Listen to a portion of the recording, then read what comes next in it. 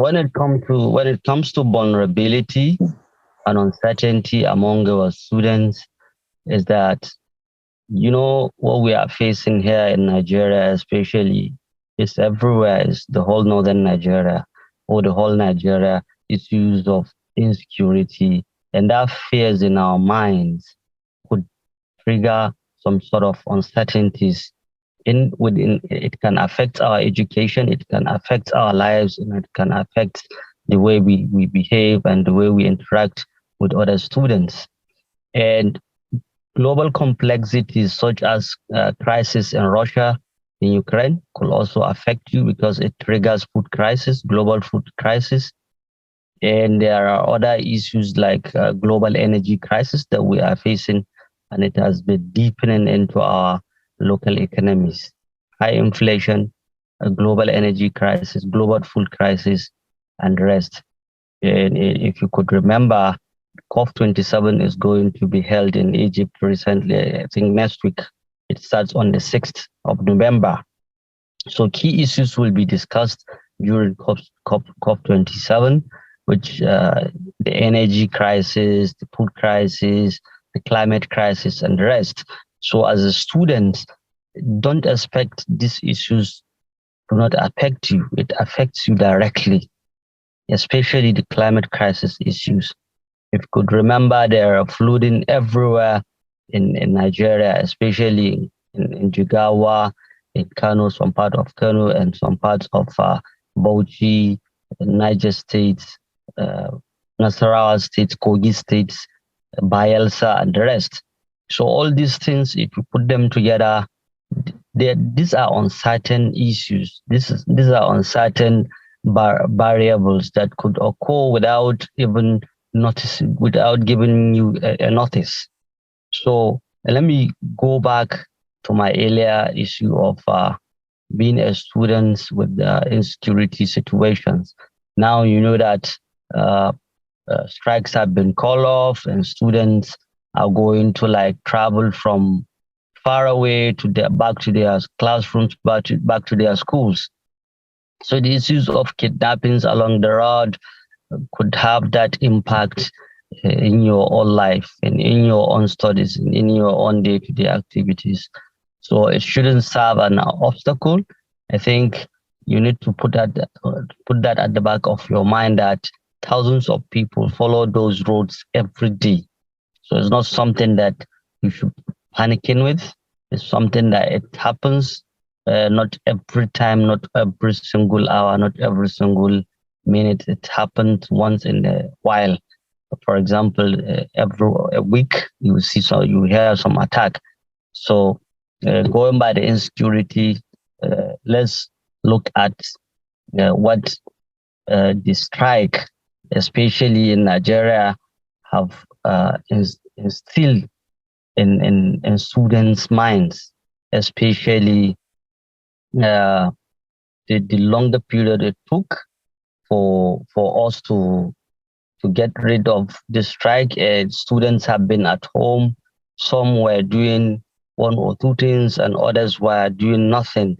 They were sitting, and it affects them directly because the way and manner you have been waiting for your school to resume and to continue your studies, and you have already made up your mind that you are graduating maybe in 2022, 2023, 2024, but the strike has now changed your whole plan, your whole objectives of going to school. So that shouldn't serve as an obstacle. It shouldn't deter you from continuing or from your earlier plan. It's just that you need to adjust so that you can meet off with those plans you have already put in place. If you are targeting to graduate in 2023, and because of the strike, you are not going to graduate in 2023 again till 2024, so that shouldn't serve as an obstacle to your own plans, to your own way of life, of doing things. You need to put it at the back of your mind that whatever is going to happen, it's on you yourself. You are the like championing. You are the champion of your own self, of your own version. it shouldn't serve as an obstacle. That's number two, because we are done with the insecurity and we are now back to issues of strike. So the strike has been problematic not only to the students, to the lecturers as well, because many lecturers have found it very, very difficult to cope with the lingering crisis of strike because they have not been paid. So you should expect when you go back to school, you expect some harshness from the lecturers. You need to accept that as part of life, and is you should be used to it. Don't be harsh to your lecturers and don't get rude at your lecturers. They have passed through a very difficult terrain, and then now they are back. And before everything goes back to normal life, it takes time. So for me, is to advise our students is that they should behave amicably very well, and they should live in peace with their lecturers.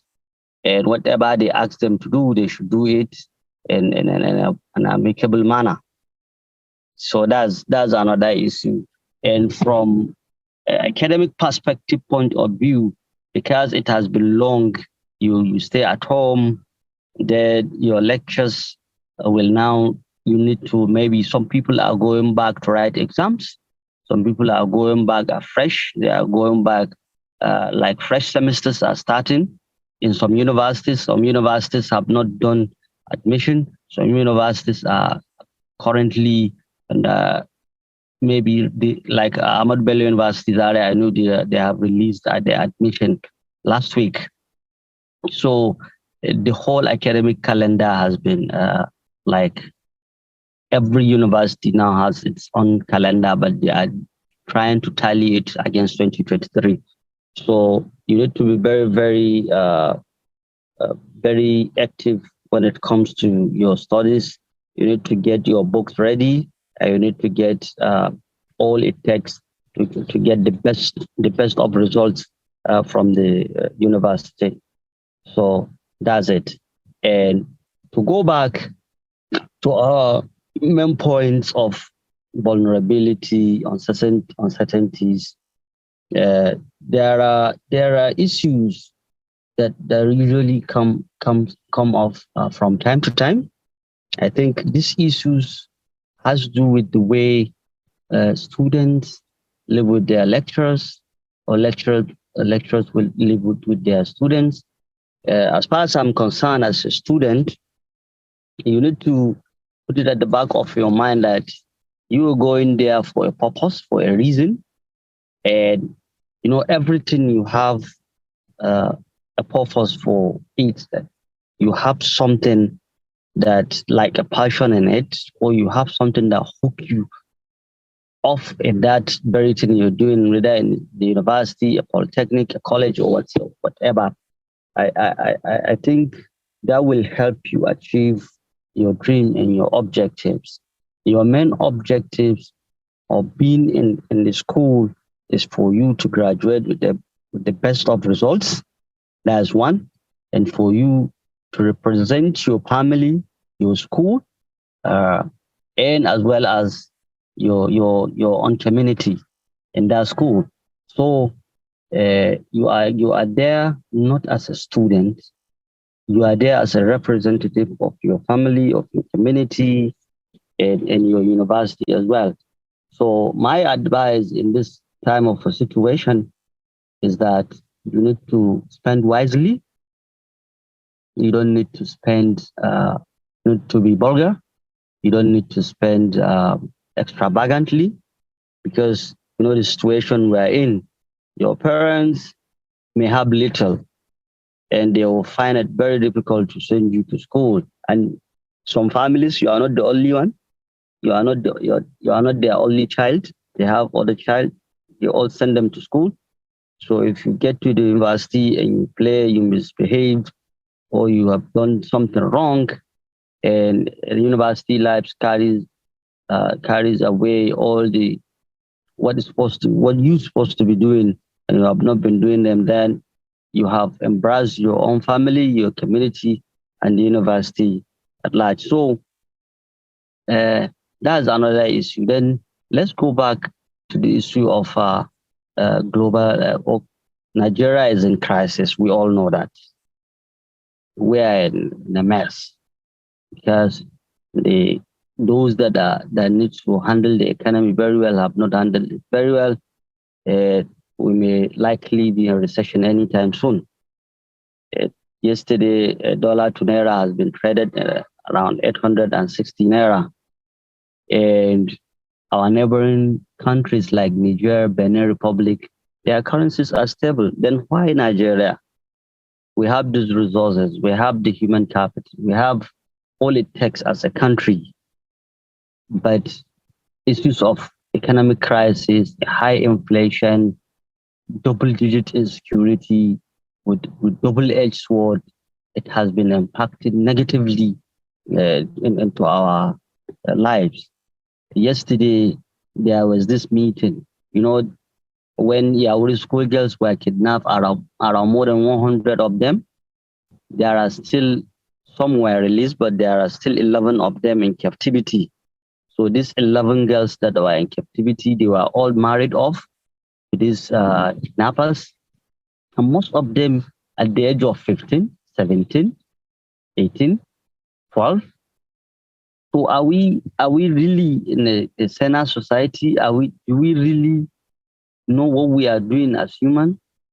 If you live in this situation, if you live in this country, a country like ours, so you need to be very, very careful. You need to watch every step you take, and you need to watch the people you intermingled with. You need to watch how you interact with people. As a student, you need to be very, very careful. You need to, like I have said earlier, you need to protect your family's integrity by staying and doing the right thing in the university, so that this crisis, this uncertainties that we have been experiencing does not stop you from achieving the objectives that took you to the university. And another issue that I want us to discuss is issues of climate change. Climate change is real. We have seen it. We have seen the results. We have seen the impact. Flooding in Nigeria, flooding in Pakistan, drought in Ethiopia, in Somalia, drought in Kenya, drought everywhere in Africa. Africa emits the least CO2, like 3 to 4% a year. And we have been impacted negatively with the impact of climate change. And that you don't think it does not affect you as a student, it affects you directly. So what we need to do is to put it at the back of our minds that how do I change myself first, then my friends, then my community, then the country at large. And how do I preserve the little I have so that I can preserve those little things I have for my younger generations and the generations that are coming after them, so that we live it in a sustainable world, we live in a sustainable manner. I was given 30 minutes, but I'm sure I have covered some of the issues that are affecting us here in Nigeria in terms of with the VUCA thing. So I would say thank you so much for giving me the opportunity. I'm very, very sorry I could not have joined you earlier because I have 3 meetings this morning. I'm done with one. One is currently ongoing. I have to leave them and join you. So as soon as I'm going back to that one, and after that, I'm having another one. So I'm very, very sorry for that. Thank you so much for having me. Thank you, Mr. Maredi. I am sorry for the poor introduction I did earlier. I got disconnected. No problem. Thank you for taking out time from your busy schedule. You seem to have covered a lot of areas because as students, I'm very sure we're all worried about the plight and the state of the country at the moment. But your words were quite very encouraging, and for that, we are very, very grateful. Thank you so much. And I'm sure all Oikis have to go back to your meeting. If there is any contribution, suggestions, or questions, you can throw it, then we'll discuss. I've told you it's an interactive session. So for those that have any questions for Mr. Maredi or too shy, you can type in your questions in the chat box. Yes, so that we could, wrap it up and give him ample time. Aminu MG is raising hands. Aminu MG is raising hands.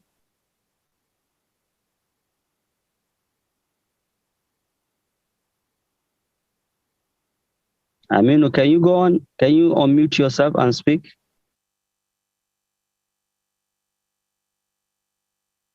Aminu. Okay, if Aminu is not ready, maybe I can just chip in a bit. Okay, sir. Thank you for that, Mr. Usman Maredi. It has really been, troubling, considering these issues that are going on in our country. It's disturbing and alarming, and we as youth and the leaders of tomorrow have to, think twice with regards to, addressing and bringing an end to these, challenges. So I'm curious, through this, VUCA world of ours, you've been able to achieve a lot in terms of contributing to sustainability. I don't know if there are initiatives that you've been able to implement and projects maybe that you have executed. Maybe you can share a bit with us and maybe the possible ways to follow your footsteps and also contribute in that aspect. Okay, I think there are lots of projects that we have carried out. These projects mostly is women empowerment programs. We realized that in northern Nigeria, women, married women in particular, and young girls sit idle at home. They don't do anything. So, and most of these crises affect them directly. So we designed a project that's called Women Home Gardeners. It's like a woman at her backyard. She can cultivate tomatoes, cucumbers, okra, and pepper. You can cultivate even onion. You can cultivate cabbage and the rest. Those vegetables products. So as soon as she's done with that, because we have trained over 600 people so far in Sokoto State, and from what we realized is that after the training, after the harvesting, those women tend to expand. They tend to use that money they generated from the earlier training we give them because we got funding from French embassy. So with that training, they tend to expand the farming business into like commercial. We have seen so many women that are now commercial farmers from their backyard. When they get their produce, they take it to market, they sell it, and they pay for the school fees of their children. They buy goats, they pay for their husbands. Like at home, they do use the money for cooking. So it has changed the whole perspectives of how women see themselves and how it has impacted their livelihoods and how it lifted them out of poverty. So the project is super fantastic. So that's just one. And I have time, I would have discussed other projects with you. But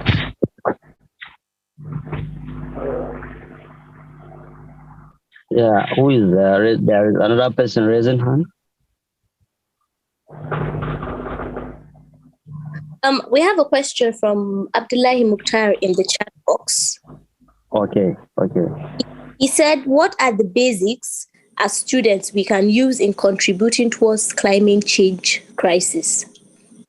Okay. So as a student now, for example, these issues of curriculum change towards sustainability, it's trying to change your whole perspective on how you see the world and how you can impact upon it positively.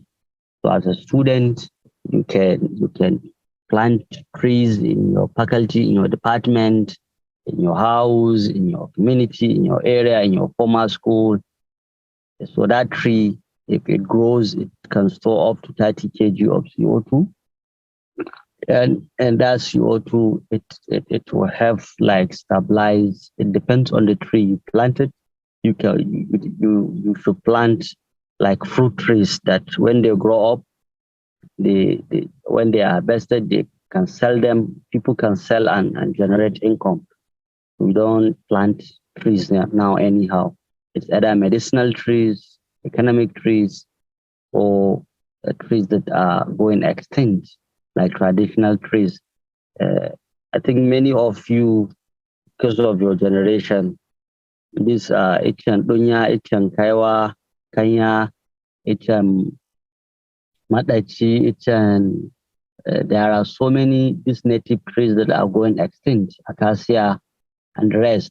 So how do you try to plant those trees? You get the seedlings from the market and plant them in house or at your backyard. And you can also have change the narratives whenever you sit with your co-students. You tell them what climate change is all about and how do one live sustainably in this world. Because extravagance, the sustainable consumption and production is very key, is very important. How do you consume what you can only eat without like waste?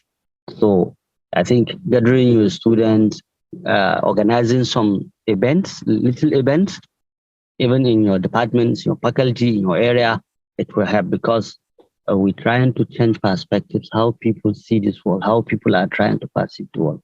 So by trying those short uh, events, it will help immensely. That's it.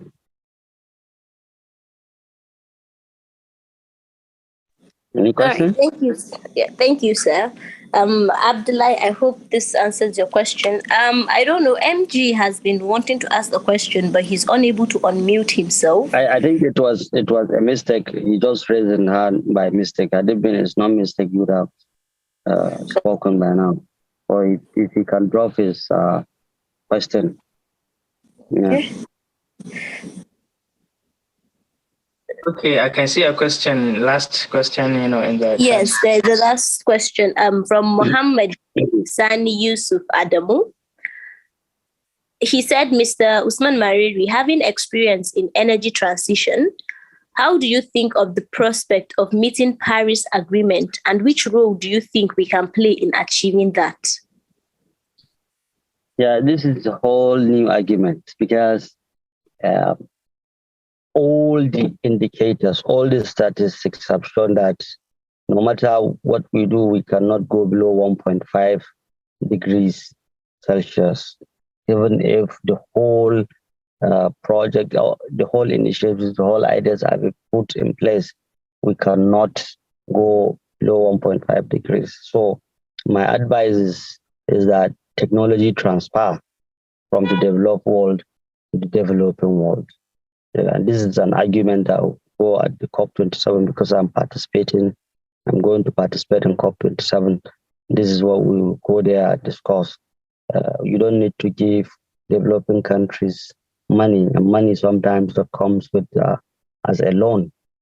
And as much as Africa does not emit much CO2, then why can't you exchange technology with that carbon emissions? So I think technology transfer is an option. And as a student, if you are not an engineering student, an engineering student can create something that could help mitigate climate change, or it helps farmers adapt to climate change. So just initiate some ideas that will help the whole process. We are looking for nice ideas all the time. If you know somebody that have an idea that can help mitigate climate change or contribute in climate change mitigation and adaptation, that will sound fantastic. Thank you. Thank you so much, sir. I don't know, Mr. Abakar, do you have any more questions for Mr. Maredi? They said that was the last question. Okay, yes, that's the last question. Okay.